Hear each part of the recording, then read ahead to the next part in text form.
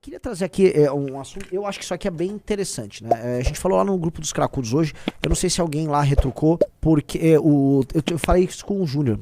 Meio que senti que tá dando em nada o jogo Trump, leia-se Paulo Figueiredo e Eduardo Bolsonaro versus Alexandre de Moraes. E por quê? O Paulo Figueiredo, eu já comentei isso, eu cheguei a falar inclusive lá no Flow ontem. O Paulo Figueiredo é o cara inteligente ali. Quem tem um contato inclusive com o Trump originalmente era o Paulo Figueiredo, por mais que os Bolsonaro também tenham. E por mais que os Bolsonaro sejam aliados de verdade. Mas o cara que movimenta aqui e ali, que tava, vamos dizer, antecipando os movimentos nas redes sociais, era o Paulo Figueiredo. Aí o Eduardo, ele se juntou ali com o Paulo Figueiredo para fazer essa estratégia. Mas a gente já tinha feito uma leitura da estratégia na seguinte linha. Veja, o Trump, na mesma janela de 20 dias que ele taxou o Brasil, ele taxou uma paulada de outras nações. Foi Japão, Coreia, México, União Europeia com todos os seus países integrantes no meio. Teve Canadá também, novamente. Teve, acho que alguém, nem sei se Turquia estava inclusa nesse pacote. Ou seja, eles saíram taxando uma galera e o Brasil estava no meio. E as taxas que foram aplicadas para eles também foram taxas draconianas. A diferença do caso brasileiro é que, além da guerra comercial americana, existe também a questão BRICS, que é a questão Lula, que é, vamos dizer, motiva, sei lá, metade do problema. Portanto, o Brasil está sendo colocado numa posição pelo Lula, uma posição muito complicada. A gente já discutiu isso aqui. E, para agradar os aliados brasileiros, colocaram essa questão Alexandre de Moraes, Bolsonaro, como uma questão retórica. O que interessa para o Trump é a questão comercial e é uma questão de criar vantagens comparativas nessas relações. Vantagens... vamos mudar o termo. Diminuir a assimetria nas relações comerciais com esses países. Em geral, países como o Brasil taxam muito mais os Estados Unidos do que o contrário. Ele está querendo alterar essa dinâmica e acenar pro próprio eleitor, né? Veja a notícia, só pra gente começar, que eu vou pro Paulo Figueiredo ali. É tanto isso que o Trump, que anunciou essa mesma taxação sobre o Japão agora, ou não é?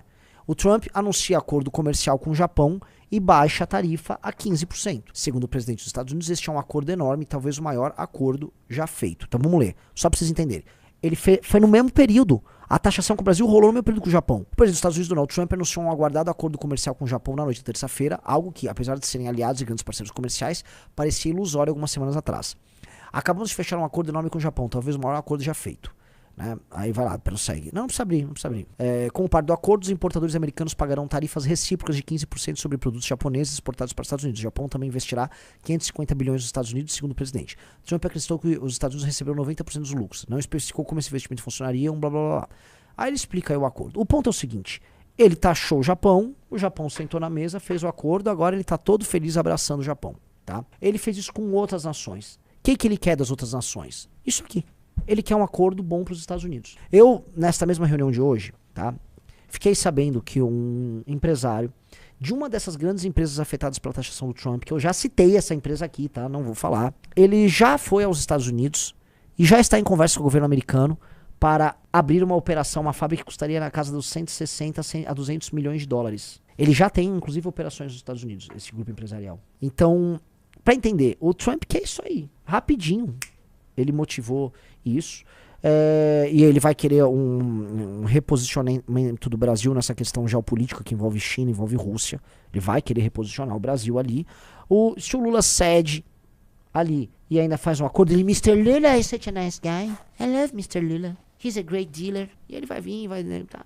É isso, gente, o Trump é esse cara, velho. É o cara que ontem odiava o Zelensky, agora manda arma pro Zelensky. Ontem amava o Putin. Mr. Putin is such a nice guy.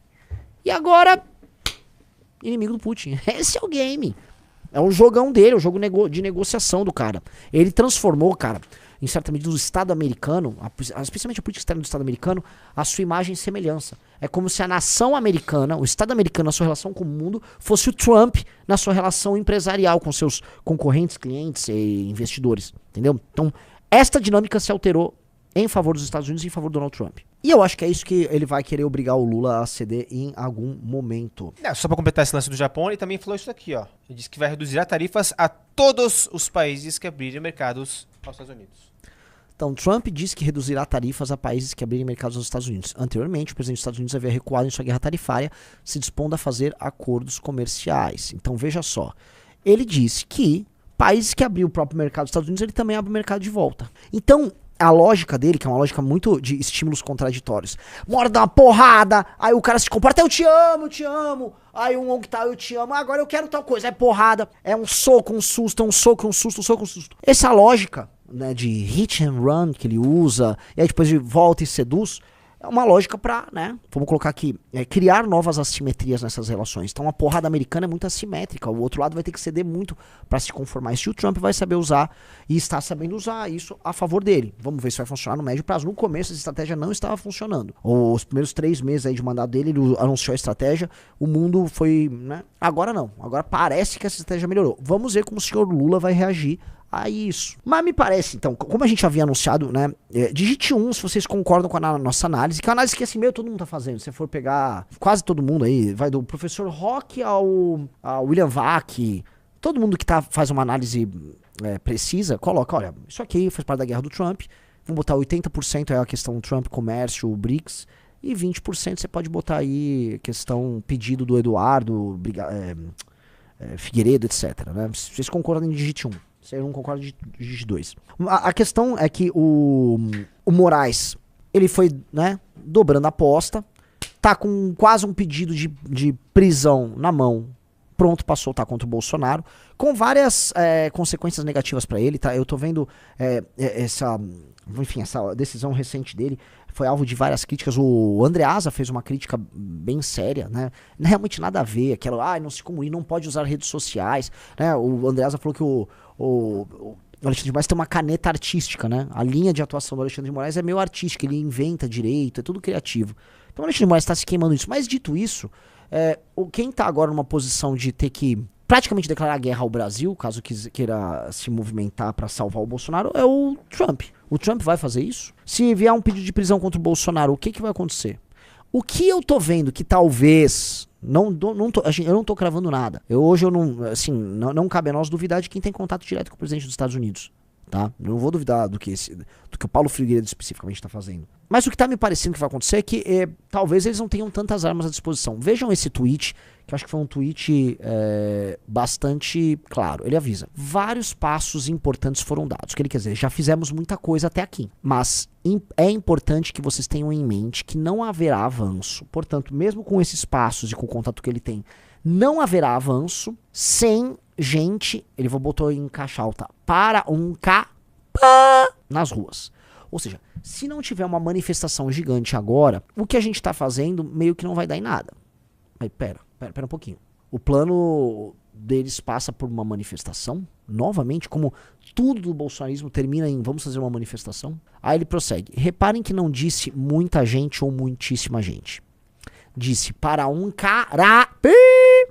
vírgula, que é o advérbio máximo de intensidade de cariocas. O que ele está avisando é, olha, de agora em diante, vocês precisam atuar. Vocês aí no Brasil precisam fazer algo. Que foi algo que ele falou lá na entrevista com o Demore, não sei se você chegou a ver, lá no Vilela. Lá. Ele deu a entender, olha, eu vou fazer minha parte daqui e tal, mas os brasileiros têm que agir também, né? A questão é assim, quem estava sendo colocado nessa posição de fazer barulho era o governo americano, Marco Rubio e tal. De fato, assim, todas as ferramentas, caso o governo brasileiro continue, o judiciário brasileiro continue fazendo, sei lá, pedido da prisão do Bolsonaro e tal, fazendo o que eles alertam como problemático, as ações que os Estados Unidos dispõem seriam, vamos dizer, desproporcionais. Se, sei lá, começar a tratar o Brasil como um Irã, uma nação inimiga, começar a aplicar sanções que naturalmente outras nações democráticas no mundo livre não fariam. O que teve apenas? Essas sanções vindas dos Estados Unidos, aí teve uma declaração do Orbán, alguma coisa assim, e de acho que eurodeputados poloneses, que é o máximo que essa turma mais ligada ao Steve Bannon, como é o Eduardo e tal, consegue. São caras ligados a grupos políticos de direita na Europa e nos Estados Unidos. Se o plano depende de rua, depende tipo, talvez os Estados Unidos avisando, galera, ganhem confiança e vão pra cima, e aí a galera aqui no Brasil se insurge, eu acho que aí o plano tá em maus lençóis. Porque tem realmente um gap. Eu não sei se eu tô sendo preciso, Riso, por favor me corrija. Renan, acho que tem que explicar melhor. O que eu quero dizer é o seguinte, que se o Xandão vai lá, caneteie, tudo que os Estados Unidos podem fazer dali em diante é desproporcionalmente grande. Aplicar a lei Magnitsky, que os ministros do STF, na maior parte do caso, estão cagando. Eles vão continuar na briga com isso. Que mais? Qual seria o nível da sanção? Não sei se você entende isso, Iso. Sim. E aí entra um outro ponto. E se o Lula, no meio disso tudo, vai e faz um acordo comercial com os Estados Unidos? O Eduardo Bolsonaro tava falando, eu vi ele falando, o Lula vai mandar o Alckmin, mas o governo americano não vai receber. O governo americano não tem interlocução com ninguém desse governo. Como? Como é que é? O Eduardo tá mentindo. O Eduardo Bolsonaro está mentindo. O Brasil ele tem um status de uma nação amiga dos Estados Unidos da América. Ele tem embaixada brasileira e consulados brasileiros em território americano. E os Estados Unidos têm consulados americanos e embaixada americana em território brasileiro, em contato direto com agentes do governo brasileiro e agentes do governo brasileiro e agentes diplomáticos brasileiros em contato direto com agentes do governo americano. O Eduardo está mentindo quando ele diz que os Estados Unidos não vão estabelecer nenhuma interlocução. Vão estabelecer interlocução sim, e já tem a interlocução. Esse é um ponto, assim, assim como é errado duvidar que o Trump atuaria em alguma medida para ajudar os aliados dele no Brasil, que o Bolsonaro é um aliado. Eu vi gente na imprensa, não vai, rolou. Também é errado dizer que os Estados Unidos não vão negociar pelas vias oficiais com o Brasil. Até porque tudo que o Trump faz é nessa linha. Veja, senhor Rafael Almeida Rizzo. Senhor. O Trump submeteu o Zelensky, que é o chefe de Estado da Ucrânia, a uma humilhação pública no Salão Oval da Casa Branca. Sim. Dito isso, o contato entre o governo ucraniano e o governo americano prosseguiu e hoje o governo americano está enviando recursos para a Ucrânia. O governo americano está dando uns pitos em redes sociais no Brasil e a gente imagina que não há contato diplomático com o Brasil, sabendo que tudo que o Trump quer são acordos favoráveis aos Estados Unidos. Então, naturalmente, o que o Eduardo quer dizer é o seguinte, nem o governo nem tente aí responder nada, tá? Porque é o seguinte, é pra fazer o que eu quero. Por isso que os bolsonaristas falam, parem de focar no Lula. O Eduardo falou, o Lula é um bêbado, ninguém liga pro Lula. O Trump tá preocupado com o Moraes. Não tá, é mentira. Eles querem desviar o assunto Trump pro tema deles e assim, eles estão certos no sentido de que eles querem focar na causa deles. É uma manobra, o que eles estão fazendo é uma manobra muito mais retórica do que qualquer outra coisa, para que um tema que é geopolítico e comercial americano seja transformado aqui na defesa dos direitos da família Bolsonaro, com o governo americano jogando junto. Se isso deveria, e esse é o ponto, tá? Se isso deveria redundar necessariamente numa manifestação, que é o que o Paulo Figueiredo estava comentando ali e tal, aí eu acho problemático, porque não haverá uma super manifestação como a galera imagina. Não haverá. As pessoas estão cansadas, o tema está cansado. Pra muita gente, especialmente pra galera que não é tão engajada dentro do universo do bolsonarismo, essa história não pegou bem. O Kim comentou aqui como a primeira nota que tava vindo da agricultura organizada era muito dura com o Bolsonaro, entendeu? Hoje a agricultura puta com o Bolsonaro. O Bolsonaro perdeu aliados. Os aliados oportunistas dele começaram a sair da toca. O Zema, eu vou comentar daqui a pouco do Zema, né? Ou seja, você começa a desconstruir um bloco que tinha sido feito ali. Então, não há clima para uma manifestação colossal como eles estão imaginando, porque agora com o apoio do Trump vamos todos para cima do Alexandre de Moraes. Não parece ser o caso e se a estratégia deveria combinar nisso, a estratégia pode terminar nisso apenas. Renan, você está dizendo que não vai acontecer mais nada? Não estou dizendo, porque pode ser que haja mesmo e o Trump vem demonstrando um nível de lealdade para os Bolsonaro formidável, conhecendo quem é o Trump. Conhecendo quem é o Trump, isso vem sendo formidável. A real é, o Trump trata o Bolsonaro melhor do que o Bolsonaro trata seus aliados no Brasil, tá? Tô errado? Não. É surpreendente, tá? O Trump vem sendo parceiro. Só que tudo isso tem limite, porque o Trump pode gostar do Bolsonaro, mas o Trump gosta, antes de tudo, dos Estados Unidos, e mais do que os Estados Unidos, ele gosta do Trump. Então ele quer vencer essa negociação. Ele quer vencer. Ele quer falar, I'm winning so much. Veja só o acordo que fizemos com o Brasil. O Brasil, que é um grande amigo, uma grande nação brasileira. Falei com o Mr. Lula, ele resolveu fazer um acordo para produtos americanos entrarem no Brasil. Adorei. E vou ser recíproco com eles aqui. A grande nação brasileira sempre foi amiga da América. Inclusive, haverá novas fábricas na América. Make America Great Again. Lembrem-se, o Trump ele teve uma vitória, né? O Rizzo pega uma imagem do colégio eleitoral da vitória do Trump em 2024. Aquela imagem do mapa vermelho e azul. O Trump tem uma vitória colossal na última eleição, do ponto de vista do colégio eleitoral. Ele chegou a ganhar também nos votos. No voto a voto, Trump ganhou. Mas ele teve uma baita vitória no colégio eleitoral. Tem que pegar o mapa, esse aí, né? Veja como foi bem vermelho. Vai à região nordeste dos Estados Unidos. Né? Essa aí. Tem ali, ó, essa região democrata ali, Em alguns lugares já tá bem empatado. Agora, quando você vai entrando mapa meio, começa a vir ali Pensilvânia, Michigan, essas regiões, esses estados. Esses estados foi onde a industrialização americana começou. Século XIX, século XX, a indústria do aço norte-americano começou ali. Ali existe o que eles chamam de Rust Belt. O que quer dizer Rust? Quer dizer enferrujado. Então é o cinturão da ferrugem. Por quê? Porque a indústria metalúrgica aconteceu lá. E então o primeiro grande surto de industrialização americana foi ali nessa região. Mostra ali, onde tá ali, ó, todos esses estados. Aqui tá o 15, o 11, o 17, o 19, o 4, o 10. Todos esses estados, ali é um lugar com muita industrialização, uma presença de classe média. Em 2016, o Trump ganhou a eleição porque essas regiões aí já estavam de saco cheio de perderem qualidade de vida e emprego, porque o país se desindustrializava e os empregos foram pra China. Ele perdeu esses caras em 2020 e aí ele recupera esses caras em 24. Há uma entrevista do Peter Thiel que avisa o seguinte, olha, o controle político dos republicanos sobre esses estados significa que os republicanos não perdem mais eleição para os democratas, entenderam? Então, a primeira coisa que o Trump tem que fazer é consolidar nesse jogo o domínio republicano nesses estados que o Rizzo está mostrando.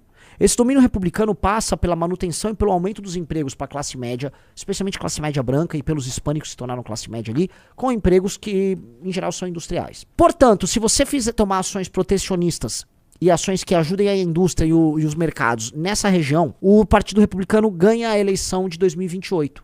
Entenderam? Ó, aí é o mapa. Ele ganha a eleição de 2028. E aí eles têm tempo político para estabelecerem o grande projeto deles, que é estabelecer uma nova geopolítica global. Esse é o plano do Peter Thiel. Esse é o plano dessa nova geração de homens e pensadores e políticos que redesenhou o movimento MAGA, que é o movimento do Trump, e que está tentando aplicar uma nova política americana. Esse é o grande plano dos caras. Então, todas essas negociações que o Trump está fazendo, eu preciso mostrar aqui para vocês, não são à toa. São para, antes de tudo, reforçar o ganho deles nessa região. Se eles controlam isso, é tipo onde você joga War. Ele garantiu esses territórios, não tem o que os democratas façam. Ele mantém aquelas regiões vermelhas ao sul, que ele tem bastante votação, mantém o Texas, que dá muita coisa no colégio eleitoral, aí tem a Flórida, que tem muito voto, e essas regiões. Com isso, eles podem ter 100% dos votos na Califórnia e levar ali a costa leste. Não muda nada. O Trump faz o sucessor dele, que por enquanto é o vice dele lá, que é o mais comentado para ser o presidente, que é um cara muito ligado a essa direita até, que é a turma do Peter Thiel. E aí você tem, vamos dizer, uma inflexão bem grande nessa nova doutrina americana. Então, todas as ações que o Trump toma agora nessa guerra comercial, elas estão muito em linha com essa estratégia, que é uma estratégia política dos republicanos, maiormente do movimento MAGA, de controle desses estados, que é o que eles chamam de swing states, né? São os estados que oscilam, certo? Então ele vai fazer isso, assim, ele vai submeter grande parte das suas decisões políticas internacionais a esse interesse. E se esse interesse, e se um acordo com o Brasil agradar este interesse, tá ótimo. Como foi agora com o Japão. Veja que o Japão, ele agora vai ter produto americano indo pro Japão, produto americano oriundo grande parte dessas regiões aí. E pra ele é beleza. Se esses caras sentem que o cheirinho de dinheiro, né? Se o cara que mora na Pensilvânia, em Ohio, em Indiana, em Michigan, em Wisconsin, ali tem um em azul que é Minnesota, um MN. Minnesota, aliás, né, que é um estado perdido americano. Minnesota teve a brilhante ideia, falou assim, que tal trazemos muitos imigrantes da Somália? Cara, Minnesota virou um estado somali, tem um maluco, que acho que tá concorrendo pra prefeito de Minneapolis, um maluco, com cara de maluco, com propostas malucas, um socialista retardado, concorre, mas enfim, eventualmente dá pra você recuperar Minnesota ali pros republicanos com essa lógica. Isso aí pro Donald Trump é tudo muito bom, então não duvide que ele vai, se ele conseguir bom acordo com o Brasil, ele vai simplesmente cagar para outras questões aqui no Brasil. E mais, não duvide dele, mesmo com a relação de amizade e respeito que é verdadeira, que ele tem para com os Bolsonaro, ele vai lá, Mr. Lula was nice, we made such a great deal, America first. E eu quero mandar um abraço pro senhor Bolsonaro. Fiz um acordo com o Lula e ainda avisei ele para respeitar o meu amigo Bolsonaro e cuidar dos seus direitos, tá? E ferro na boneca, vai cuidar de outra coisa. Agora eu vou brigar com tal país. E é isso. Cuidado com isso, cara. Olha só que interessante. Caramba, Rizzo, você foi ligeiro, hein? Olha o que o Rizzo colocou aí, ó. Isso aqui, você pegou um material sobre Ohio? O próprio estado de Ohio tem esse PDF falando sobre exportações do estado, e o Japão já é o quarto mercado que o Ohio mais exporta. Olha que interessante. Então veja só, Ohio é um estado importantíssimo para consolidar a vitória do Trump. Imagina os exportadores, as pessoas que têm emprego em Ohio, sabendo que, vamos dizer, a sua atividade exportadora pro Japão vai aumentar. Isso é uma notícia assim, pô, todo mundo, pô, viva o Trump em Ohio, vai ter emprego em Ohio, cacete. Ele tá cumprindo. E assim, o Peter, ele ganhou a eleição, o Peter Thiel deu uma entrevista profética, foi uma das entrevistas mais importantes dessa turma, falando exatamente, ó, o Trump vai precisar ser protecionista, porque antes de tudo a gente tem que garantir aqueles estados. Porra, pra mim tá muito claro que essa é a estratégia do cara. Que bom que você levantou isso, Rizzo. E eles vão ficar fazendo conta e vão fazer isso, que a estratégia deles é essa. Consolidou essa bagaça, tá? São 8 anos de uma turma muito diferente, se enfiando dentro do Estado americano, mudando a lógica do Estado americano, mudando a relação dos Estados Unidos com o mundo. E eles implantam o plano deles.